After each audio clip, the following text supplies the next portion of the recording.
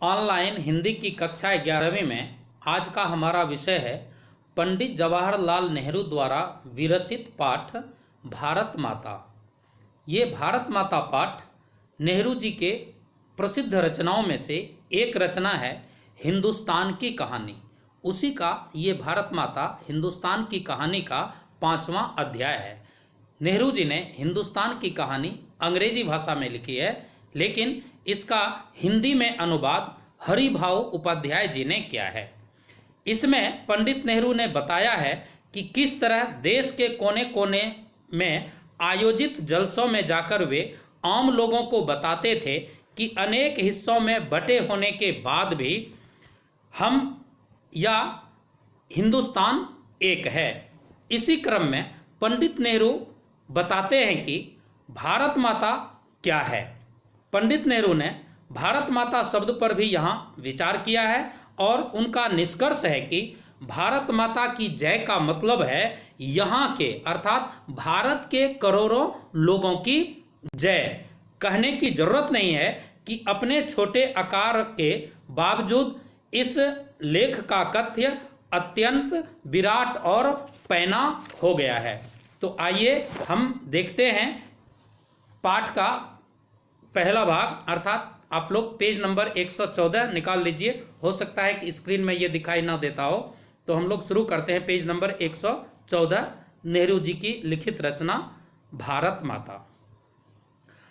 नेहरू जी कहते हैं कि अक्सर, अक्सर मतलब प्रायः, अक्सर जब मैं एक जलसे से दूसरे जलसे में जाता हूँ, अर्थात जब मैं एक जलसा का तात्पर्य है किसी प्रकार की पार्टी वगैरह का आयोजन, एक आयोजन से जब मैं दूसरे आयोजन में जाता हूँ और इस तरह चक्कर काटता रहता होता, तो इन जलसों में मैं अपने सुनने वालों से अपने इस हिंदुस्तान या भारत की चर्चा करता। अर्थात जब मैं किसी जलसा में जाकर के कोई बातचीत करता हूँ तो मैं अपने हिंदुस्तान के बारे में चर्चा करता हूँ, भारत की चर्चा करता हूँ। भारत एक संस्कृत शब्द है और इस जाति के परंपरागत संस्थापक के नाम से निकला हुआ है। अर्थात भारत शब्द जो है वो संस्कृत भाषा का शब्द है और ये परंपरागत एक संस्थापक के नाम से निकला हुआ है। मैं शहरों में ऐसा बहुत कम करता हूँ क्योंकि वहाँ सुनने वाले कुछ ज़्यादा सयाने थे। अब ये नेहरू जी बोलते हैं कि मैं शहरों में ये चर्चा बहुत कम करता हूँ क्योंकि शहरों में जो सुनने वाले होते हैं वो बड़े सयाने होते थे और उन्हें दूसरे की किसी की गिजा की जरूरत नहीं थी, क्योंकि उसे समझाने की भी जरूरत नहीं थी क्योंकि वे लोग पढ़े लिखे लोग होते हैं। लेकिन किसानों से जिनका नजरिया महदूद था, लेकिन किसानों से जो कि भारत माता के बारे में या भारत शब्द के बारे में नहीं जानते हैं, मैं इस बड़े देश की चर्चा करता, खास करके गांव में किसानों के साथ इस बड़े देश की अर्थात भारत की चर्चा करता कि भारत क्या है जिसकी आज़ादी के लिए हम लोग कोशिश कर रहे थे, और बताता कि किस तरह देश का हिस्सा हिस्सा दूसरे से जुदा होते हुए भी हिंदुस्तान एक था। अर्थात हमारे देश का कई हिस्सा है वो एक दूसरे से अलग होते हुए भी हिंदुस्तान एक था। मैं उन मसलों का जिक्र करता, मसला मतलब उन विषयों का जिक्र करता, चर्चा करता, जिक्र का मतलब है चर्चा, मैं उन विषयों का चर्चा करता जो उत्तर से लेकर दक्षिण, दक्षिण मतलब दक्षिण, मैं उत्तर से लेकर दक्षिण तक और पूर्व से लेकर पश्चिम का मतलब है पश्चिम, उत्तर से लेकर दक्षिण और पूर्व से लेकर पश्चिम तक किसानों के लिए यकसा थे, यकसा मतलब एक समान थे, और स्वराज्य का भी जिक्र करता अर्थात आज़ादी का भी चर्चा मैं क्या करता, जो थोड़े लोगों के लिए नहीं बल्कि सभी के फायदे के लिए हो सकता था। अर्थात गांव में किसानों के पास जा जा करके नेहरू जी इस तरह की चर्चा करते, किसी भी प्रकार के जलसा इत्यादि में उनको जाने का मौका मिलता। अर्थात देश के गांव गांव में घूम घूम करके ये किसानों में एकता कायम करने का प्रयास करते ताकि देश की आज़ादी के लिए भारतीय किसान भी तैयार हों।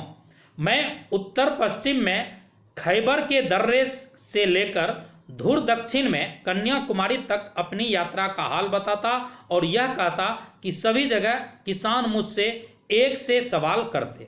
करा अब ये उत्तर पश्चिम में खैबर के दर्रे से लेकर धुर दक्षिण में कन्याकुमारी तक ये यात्रा करते और जहां भी ये किसान से मिलते तो हर जगह के किसान एक ही तरह के सवाल इनसे करते, नेहरू जी से एक ही तरह के सवाल करते, एक ही तरह के प्रश्न पूछते, क्योंकि उनकी तकलीफें एक सी थी। क्योंकि किसान की सब पूरे देश के किसानों की एक ही तकलीफ थी। क्यों? क्योंकि सभी जमींदारों के द्वारा शोषण किया जाता था सभी किसान का, अंग्रेजों के द्वारा गलत टैक्स लिया जाता था किसानों से, पुलिस व्यवस्था से किसान परेशान था।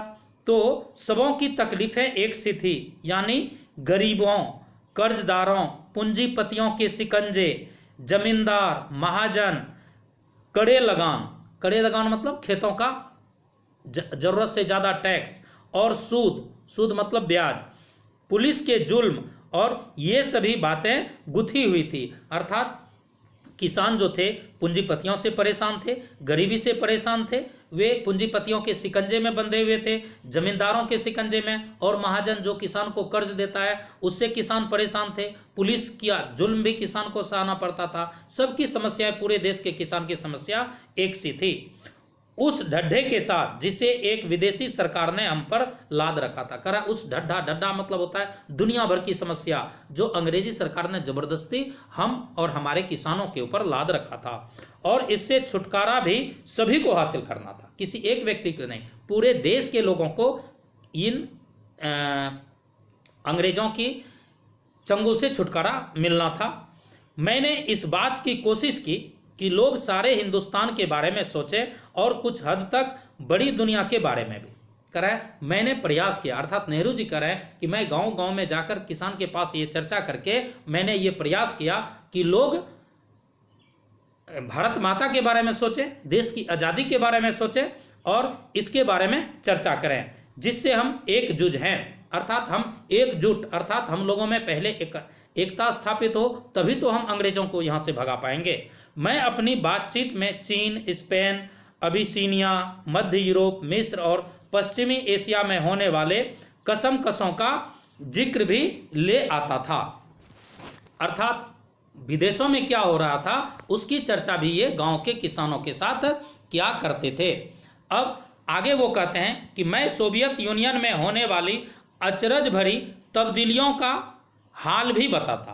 तब्दीली मतलब बदलाव, अर्थात कह रहे हैं कि सोवियत यूनियन में क्या अचरज भरा बदलाव हुआ है, उस बदलाव के बारे में, आश्चर्यजनक बदलाव, अचरज भरा तब्दीली का तात्पर्य है आश्चर्य भरा बदलाव हुआ है, उसके हाल भी मैं किसानों को बताता। कहता कि अमेरिका ने कैसी तरक्की की, तरक्की मतलब उन्नति, अमेरिका ने कैसे उन्नति की है, यह काम आसान ना था, लेकिन जैसा मैंने समझ रखा था वैसा मुश्किल भी ना था। करा इस तरह किसानों को गांव में जाकर के समझाना मेरे लिए उतना आसान नहीं था, लेकिन मैं जिस तरह से काम कर रहा था, नेहरू जी कह रहे हैं कि मैं जिस तरह से गांव में घूम घूम करके ये काम कर रहा था, इस तरह गांव के पूरे भारतवर्ष के किसानों को एकजुट करना मुश्किल भी नहीं था। इसकी वजह थी कि हमारे पुराने महाकाव्यों ने और पुराणों की कथा कहानियों ने, जिन्हें वे खूब जानते थे, उन्हें इस देश की कल्पना करा दी थी, और हमेशा कुछ लोग ऐसे मिल जाते जिन्होंने हमारे बड़े बड़े तीर्थों की यात्रा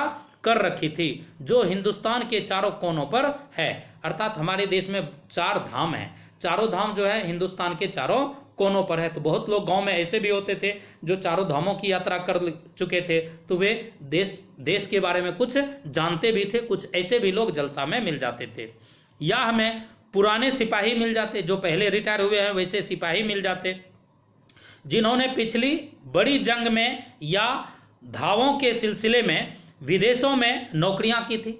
कराए जो पिछली जंग लड़े हैं, पहला जो युद्ध हुआ है, पहले जो युद्ध हो चुका है वो लड़े हैं, या धावों के सिलसिले में विदेशों में नौकरियां करके भी आए हैं, भागदौड़ करने के सिलसिले में। सन 30 के बाद तो आर्थिक मंदी पैदा हुई। करे सन 1930 के बाद हमारे देश में बहुत ही आर्थिक मंदी हुई।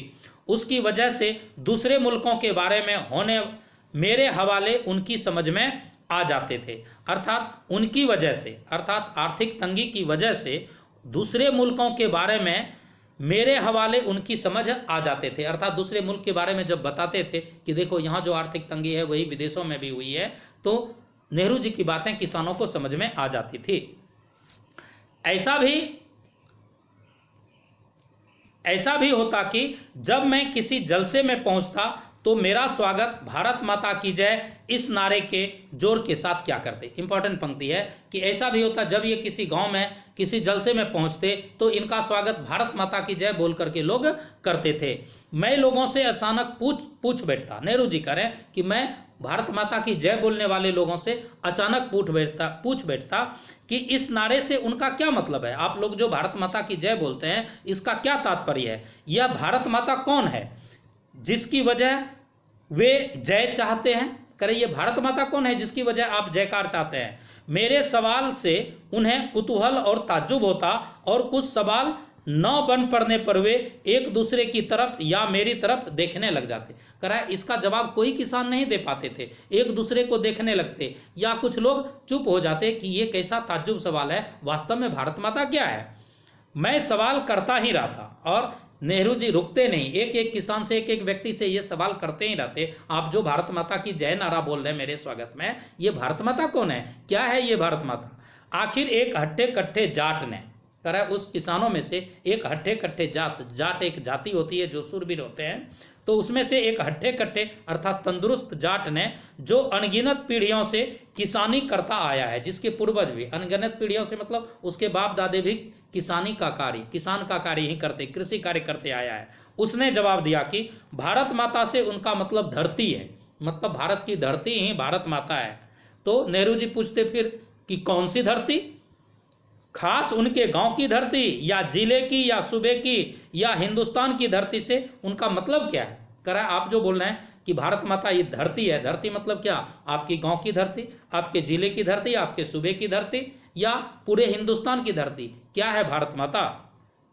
इस तरह सवाल जवाब चलते रहते जलसों में नेहरू जी का किसानों के साथ, यहां तक कि वे उबकर मुझसे कहने लगते कि मैं ही बताऊं। अंत में जब किसान उब जाते तो नेहरू जी को ही बोलते कि आप ही बताइए कि ये भारत माता कौन है।